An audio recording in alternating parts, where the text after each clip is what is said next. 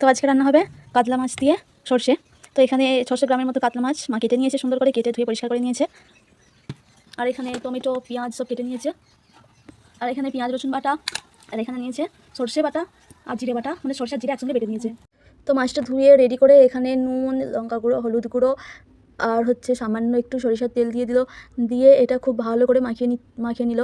মাখিয়ে নেওয়ার পর মানে এরকম ঝাঁকড়ে ঝাঁকড়ে মাখিয়ে নিল। মাখিয়ে নেওয়ার পর গ্যাসে আগে থেকে কড়া বসিয়ে দিয়েছিল, যাতে কড়াটা খুব ভালো মতো গরম হয়ে যায়। তো কড়াটা বসানোর পরে এতে তেল দিয়ে দিল। আর তেলটা খুব ভালো করে গরম হয়ে গেলে এতে এতে মাছটা দিয়ে দিল, কারণ ভালো করে না গরম হলে পরে মাছ তো ভেঙে যাবে। তো এরকম গোটা গোটা উঠবে না, আর গোটা গোটা না উঠলে আর মাছের ঝালে দেওয়াও যাবে না, ভালো লাগবে না তখন দেখতে। আর এতগুলো মাছ তো ভেঙে গেলে সাধারণ কেমনই হয়ে যাবে। ওই জন্য মা এখানে ভালো করে এটা গরম করে নিয়েছে।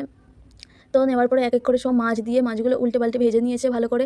আর ভেজে নেওয়ার পরে এখানে যতটুকু মানে যতটা পরিমাণ তেল ছিল সেটা তুলে নিয়ে একটু তুলে নিয়ে তার উপরে পেঁয়াজটা দিয়ে পেঁয়াজটা লাল করে নিয়ে দিয়ে দিল টমেটো।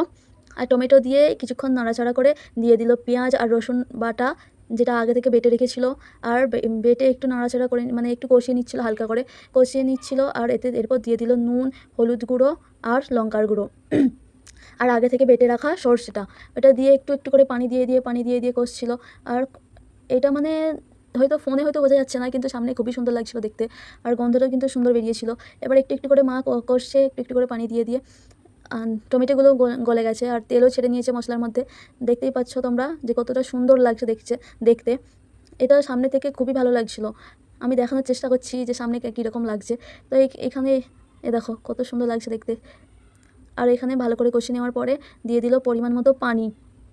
তো পরিমাণ মতো পানি দিয়ে একটু নাড়াচাড়া করে নিল, নাড়াচাড়া করে ঢাকা দিয়ে দিল। আর পানিটা ফুটে গেলে মানে ঝোলটা ফুটে গেলে এবার মাছটা দিয়ে দিল। তো আমরা এখানে আমি, মা, বোন আমরা তিনজনই আছি। আর এখানে মা 4টে মাছ দিল, কারণ আমার বুবুজিও আছে, বুবুজিকেও দিবে, ওই জন্য 4টে মাছ দিয়ে দিল। দিয়ে ঢাকা দিয়ে দিল। ঢাকা দিয়ে এবার ঝোলটা মরে এলে মা খুলছে। আর এত সুন্দর একটা স্মেল বেরিয়েছে কি বলবো। বন্ধুরা তোমরাও কিন্তু এরকম বানিয়ে খাবে বাড়িতে, খুবই সুন্দর লাগবে খেতে। ভিডিওটা ভালো লাগলে প্লিজ সাবস্ক্রাইব করে পাশে থাকবেন।